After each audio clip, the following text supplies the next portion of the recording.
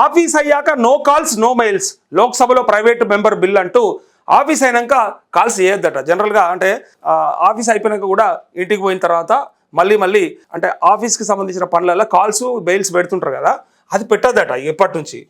దాని మీద ఒక వార్త వచ్చింది, చాలా ఇంట్రెస్టింగ్ వార్త ఇది, చాలామందికి ఉపయోగపడుతుంది. ఇది చూద్దాం అసలు ఏమైంది, ఎందుకోసం ఆ బిల్లు ఎందుకు, దానివల్ల ఏం ఉపయోగం. ఇగో, ఉద్యోగుల పని సమయం దాటిన తర్వాత విధి నిర్వహణకు సంబంధించిన ఈమెయిల్స్ ఫోన్ కాల్స్కి హాజరు కాకుండా నిరోధించే ఓ ప్రైవేటు మెంబర్ బిల్లును శుక్రవారం లోక్సభలో ఎన్సీపీ ఎంపీ సుప్రియా సూలే ప్రవేశపెట్టారు. సుప్రియా సూలేనట ఆమె పేరు.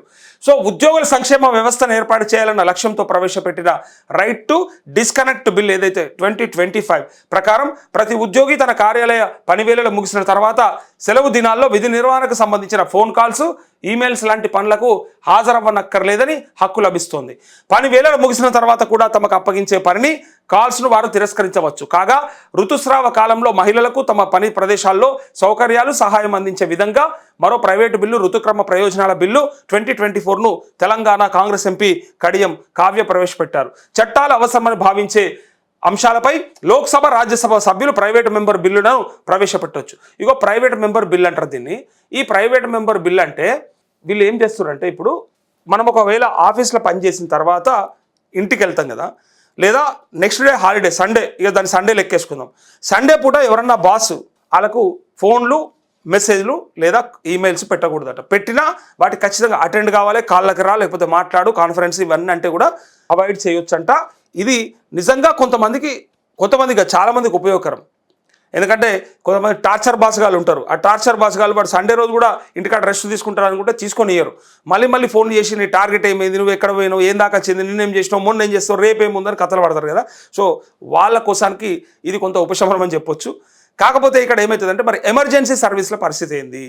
ఇది ఓకే, ఇన్ కేసు ఏదైనా ఎమర్జెన్సీ ఉంటుంది. ఒక డాక్టర్ ఉంటాడు, ఒక డాక్టరు కార్పొరేట్ హాస్పిటల్లో పనిచేస్తాడు. నిన్న ఆపరేషన్ చేసిండు, ఆపరేషన్ చేసి చక్కగా ఆయన ఐసీయూలో పెట్టేసి వెళ్ళిపోయిండు, ఇంటికి పోయిండు.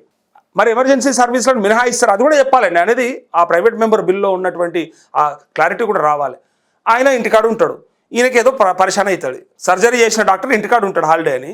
మరి అర్జెంట్ ఉంటే అటెండ్ అవుతాడా అంటే అటెండ్ అవుతాడా కాడా, కాల్ మరి రియాక్ట్ అవ్వాలి, మరి రావాలి, చూసుకోవాలి కదా, మరి అది అవుతుందా? ఇక పోలీస్ అంటే సరే, గవర్నమెంట్ సెక్టార్ వేరు, ఇది ప్రైవేట్ సెక్టార్ అనుకుందాం.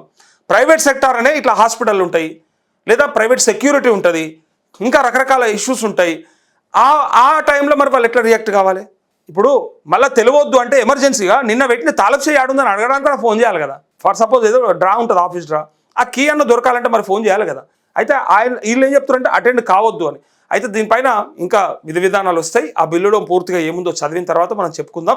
కాకపోతే అది రెమెడీయే, అది లెక్కకైతే అది రిలీఫే. అది వీళ్ళకు సండే అన్న రెస్ట్ తీసుకొని బాసులను చాలామంది తిట్టుకుంటుంటారు. ఎగ్జాక్ట్గా ఇది ఉపయోగపడుతుంది. కానీ ఏదైనా ఎమర్జెన్సీ ఇష్యూస్ ఉన్నప్పుడు మరి దాన్ని ఎట్లా ట్రేస్ చేస్తారు, మరి దాన్ని ఎట్లా ఓవర్కమ్ చేస్తారు అనేది ఇక్కడ వస్తున్నటువంటి పెద్ద క్వశ్చన్ అది.